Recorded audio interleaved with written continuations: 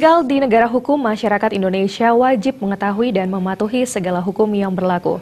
Terkait dengan hal tersebut, keberadaan keluarga sadar hukum atau Kadarkum dinilai sangat positif dan perlu lebih disosialisasikan kepada masyarakat. Konsekuensi logis Indonesia sebagai negara hukum adalah masyarakat harus sadar dan patuh terhadap hukum.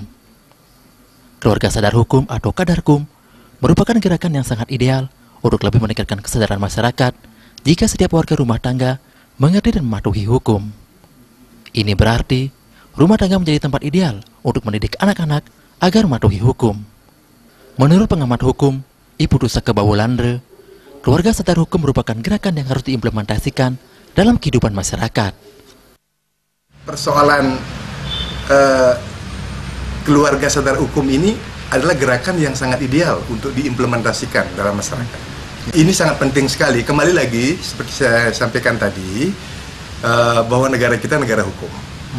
Konsekuensi logisnya adalah maka warga negara kita itu harus sadar dengan hukum. Oleh karena itu, keluarga sadar hukum ini penting sekali bagi negara kita. Karena kalau kita sudah sadar hukum, maka persoalan-persoalan hukum bisa diselesaikan secara baik dan tidak perlu sampai kemudian persoalan hukum ini karena begitu skala konfliknya itu tinggi lalu sampai ke pengadilan seperti itu. Saka Bawulandre menambahkan, pemerintah tentu memiliki kewajiban untuk lebih menggencarkan sosialisasi Kadarkum ini. Kesadaran hukum harus dimulai dari tingkat bawah, yaitu keluarga.